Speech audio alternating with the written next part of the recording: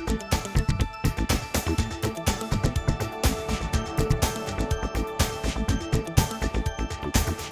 I'm Marta Waller. I'm here with Dr. Joe Haraszti, world-renowned psychiatrist and addiction specialist, and probably one of the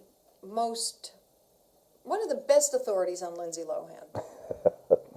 Certainly, we've talked about her. I must put in the disclaimer: I have not treated her. I have never met her. So in a sense, I have to limit my comments because I have not met her. No, you haven't met her. You haven't treated her. Yeah. I've never met her. Yeah. But we certainly have looked at her from the outside a lot, and at the media talking to her. That's the expert authority. Right. And I have followed her progress with great interest. And followed the media's following of her. And the interesting thing is that she has now been in rehab since the end of September. Mm-hmm. She's at Betty Ford. Mm-hmm. It is November mid. Around now. Mm-hmm. And she's going to be doing a photo shoot. Mm-hmm. With the blessing of her therapists at Betty Ford, and she's in a sober living house. She's not in the Betty Ford Center, which I understood was where she was staying. Eldon Fox had said, you'll be in Betty Ford till the 3rd of January so that nothing bad can happen to you. But now she's in a kind of a halfway house. What's your take on all this?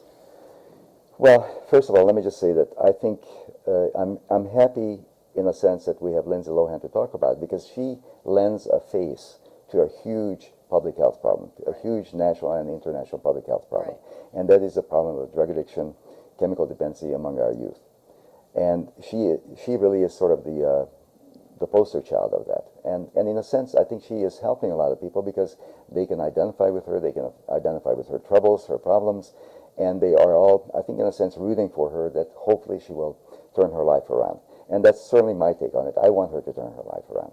It's as an addictionologist, exactly. I mean, I have a daughter who's 21. I mean, I certainly hope that it doesn't happen to my daughter, my son, and so on. So, I mean, my heart goes out to her and to her family. So let me just say that. I'm very serious about that.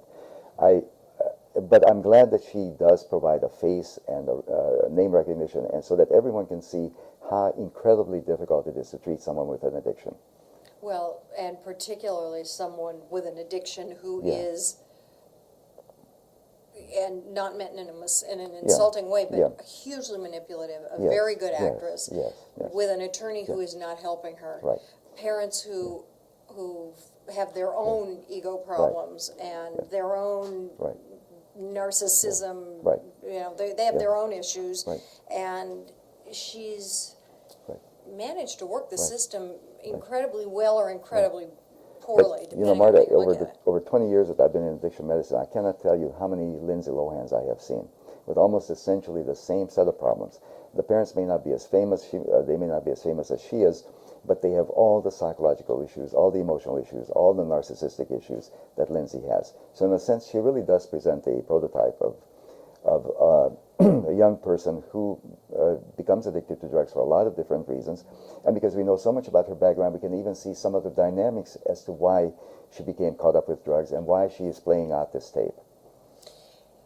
When you look at what she's doing now, and you find that she's now been transferred into the sober living system, which I understand is part of the whole recovery. Yes. It seems a little soon, given the enormity of the problem. Sure. But that's my take on it. Absolutely. But she's now going to do this photo shoot. Right. What's your take on the photo shoot? Well, going back to work. Well, again, with the caveat that I'm not a treater, and again, I can't get inside the head of the people who are her treating physicians, the treating therapists, the addiction counselors, and so on. I don't know exactly what the enormity of the problem. Exactly. Given the enormity of the problem, and having said that with due respect to her treaters, I would not allow her to, first of all, go to a halfway house at this point, this early in her recovery, after she has failed 4 or 5 times. I mean, this is her last chance. And Judge Eldon Fox, I think, really had her best interests at heart by sending her to Betty Ford, not sending her to jail, but Betty Ford, where he wanted her to get the treatment, the rehabilitation that she needs. And what I see is that she's chipping away at all of those things that Judge Eldon Fox had set out for her. He wanted her to be in Betty Ford for the duration until after the first of the year, so that she doesn't succumb to all the problems of Thanksgiving, the Christmas holidays, the whole shopping season, etc., etc. because that is what she would want to do, and those will be all triggers for her to relapse. Now, what I see here is that Betty Ford is caving in to her demands, or to her entourage's demands, or her lawyer's demands. They're caving in. They're giving her passes. They're giving her things that they should not be given at this point, this early in her recovery.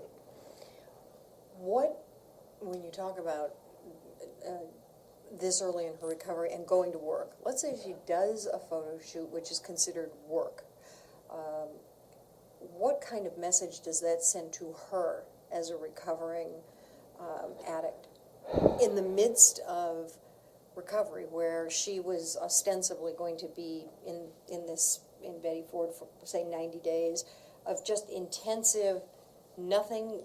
The focus is on nothing but her and recovering and coming to terms with who she is. Well, it's just reinforcing the fact that regardless of what she says about having, accepted the fact that she's an addict, that she has surrendered to the fact that she's powerless over these drugs, in a sense, her behavior and the facility's behavior negate that. Because the fact that she is allowed to do a photo shoot, the fact that she's allowed to be in a half-ass, the fact that she has passes, tells me that she is basically running the show. An addict cannot run her own recovery show. That is doomed to fail. So this will be her next failure. I mean, I see a failure and a train wreck coming along, and I see that the treaters are not doing anything to prevent it. I mean, my thought would have been, and maybe I'm not really understanding the concept of this type of recovery, would have been that, with the exception of perhaps her sister and her parents, that she would have sort of been, I thought, cut off from the outside world simply so she could focus on herself. Exactly. And especially knowing the paparazzi would be out there sort of stalking Betty Ford, that for her to be in, and in fact I read on one of the websites that she went to go to a movie, but of course the paparazzi were there, so she went to a Borders bookstore instead. She has no presumption of privacy. She has no privacy and no presumption of privacy. So there's no way for her to have a normal re-engagement, and they have no way of controlling who she sees once she's in a sober facility. Yeah, and furthermore, she does not want the privacy. She craves the attention from the paparazzi. She craves the attention from the public. She craves to have the photo shoots. That's part of her addiction. That's part of her addiction. There was nothing about her, and I thought this is really the ideal situation for her. Then her parents started talking again. I would have thought a big part of this would have been that Betty Ford people would have been sort of like sworn to silence, not just because of medical profession, but ethically they would have had to be quiet because that's the only way she could get well, and that there would have been like this blackout on let's not talk about her so she can get well, and it was quiet for a while. No, really, I mean, the best thing would have been is that no one should have known as to where she went for her treatment. Right. No one should have known. I mean, the court should not have released that information, and Lindsay and her family should have kept their mouth shut. They should have had a gag order that if anyone contacts the paparazzi or whatever, there will be consequences. And I think that Lindsay herself has contacted the paparazzi. I think her family probably contacted them. They want the outside media attention because, again, they have been trying to run the show through the media. They're trying to use the media to force the court system, everybody else, to allow Lindsay to have her way, even though it's going to destroy her.